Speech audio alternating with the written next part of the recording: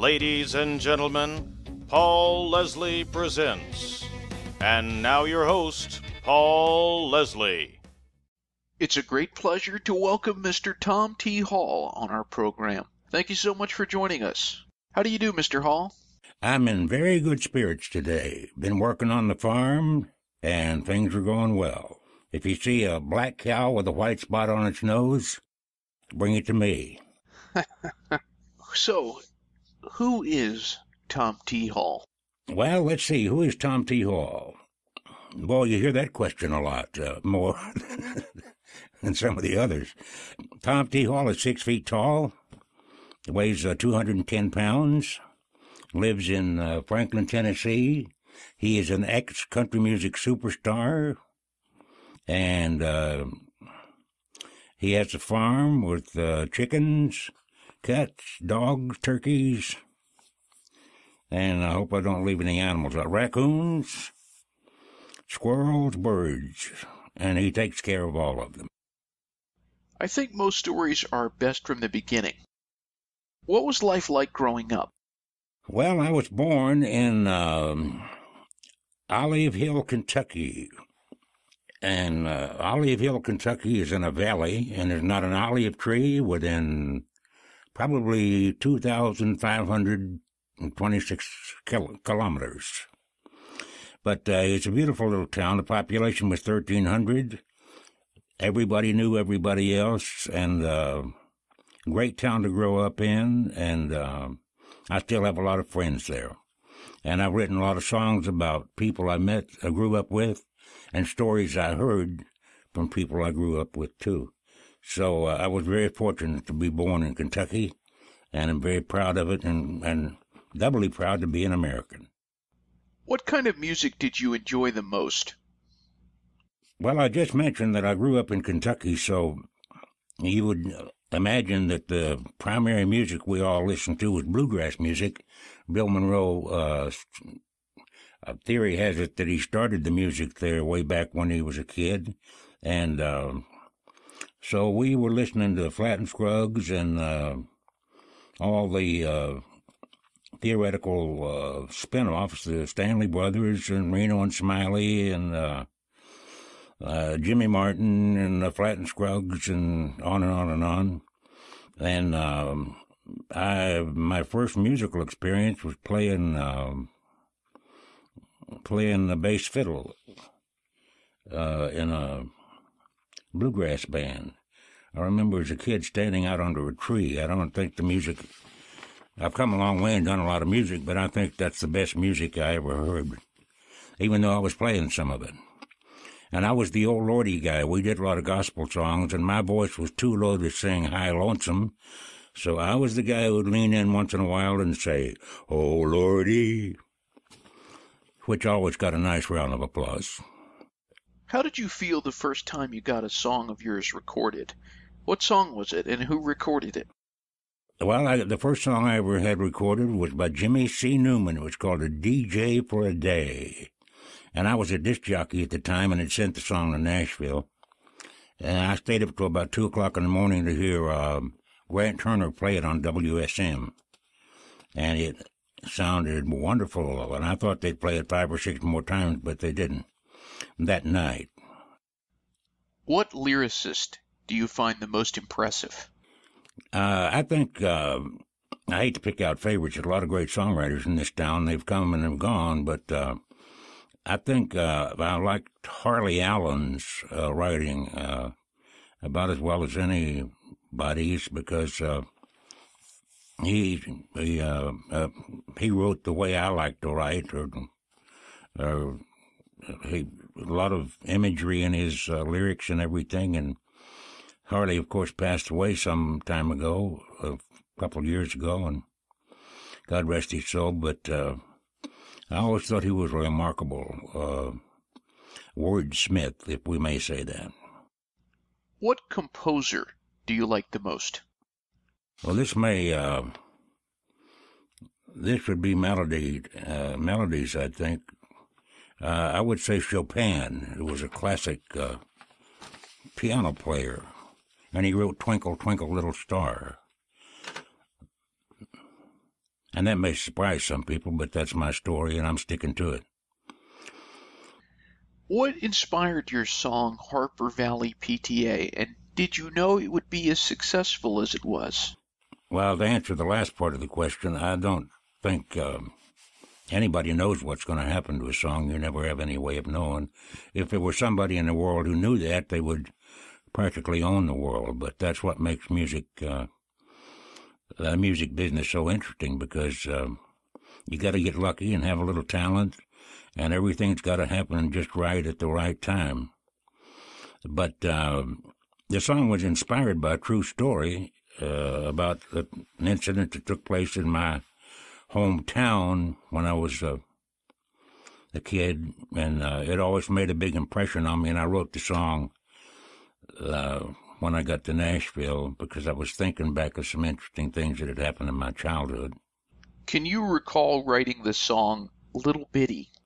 I can recall that very vividly because I was on tour in Australia at the time, and when I toured these foreign countries, there's not a easy way to get a lot of exercise, and I'm a big exercise person, so I would get up every morning and walk for 2 or 3 miles. If I were in a city, I would walk, 6 blocks this way, 6 blocks this way, 6 blocks this way, and 6 blocks back, and if my math worked out right, I'd wind up back at the hotel. Sometimes I didn't and have to find a phone and call a radio station and ask somebody where I was staying, so I had some big adventures. But I got up one morning in Australia and I went for a walk, and I was in a very small town, so after about a mile I was out in the country, and I'm walking along and I passed this little white house with a little picket fence and a little dog in the yard and a car parked in the garage and a little flower bed, and I thought, this whole idea of having a house and a car and a dog and a family is a universal thing. So I started singing, Little Bitty House and little however the song goes. I never sang it much. I just wrote it. But I went back to the little motel where we were staying. I walked in, and the coffee shop was open now. So I didn't know if Little Bitty was something I had picked up as a kid, or an expression. I wanted to find out if everybody knew what Little Bitty meant. I wasn't sure. So a lady came over and brought me some coffee, and I said, I want to ask you a question. And she said, yes, sir. And I said, and does Little Bitty mean anything in Australia? She said, oh, yes, sir. It's something very tiny. I said, okay, I'm on my way. So I finished up the song. What inspired you to write I Love? I live on a farm. We have 60 acres outside Nashville. It's called Fox Hollow. And I had a friend who was a psychiatrist. I wasn't a patient. I couldn't afford it. I needed it, but I couldn't afford it. But he told me to get up in the morning and write down a list of everything I didn't like, and you'd find out that the list was not as long as you would think it would be. Well, I'm not a very negative person, so I did that a couple of days, and I said, that's no fun. I'm going to turn the whole thing around and just write down a list of things I love. Well, I was about halfway through the list, and I started humming it and singing it. Now, that's the nature of a songwriter. So it turned into a song instead of a list of things I love. But they're all in there, and the song was 2 minutes long. I recorded it in one take and sold 1 million records. And I think it's, or more maybe, by now, but it makes a very good statement about brevity. So it doesn't take as long to write or record a hit song as you might think. Can you say there is a favorite version of one of your songs that someone else recorded? I always liked anything Bobby Bare sang of mine because he could really, he understood my songs, and I traveled around with Bobby for a number of years. We were in the same agency. I liked the way Bob sang my songs. But I think one of my favorite versions of a song was a young man named Buddy Miller, who is, I think, an alternative country music guy and a great person. He did a version of a song I wrote called How I Got to Memphis. And I'm terribly fond of that, and I hate to pick out favorites, but that's it. What is your favorite all-around song? I think my all-time favorite song, for some strange reason, is Somewhere Over the Rainbow. There's something about that melody and those words that just stuck in my head when I was a kid and heard it for the first time, and I go around humming that a lot. Somewhere over the rainbow, bluebirds fly. Well, I'm not getting paid to sing here, so... Tell us about writing songs with Miss Dixie. What is she like to work with? Miss Dixie and I write songs together all the time, but we write a little differently. I write very quickly, and I'm kind of impatient. I don't like to stay in one place too long. But we can get a song started and find out what it's about and maybe get a verse and a chorus. And then sometimes I go off to bed. I go to bed with the chickens and get up with the chickens. I don't sleep with the chickens, but we have the same schedule. And she'll spend sometimes a week or, everything. She likes to go. She was trained as a newspaper reporter, a newspaper editor. So she goes through and edits all these songs and comes out with some great finished product. But some of them, I don't hear them until they're finished. And so I'm too lazy to work that hard. But she's really great at that. What is the best thing about being Tom T. Hall? I think the best thing about being Tom T. Hall is not having to work.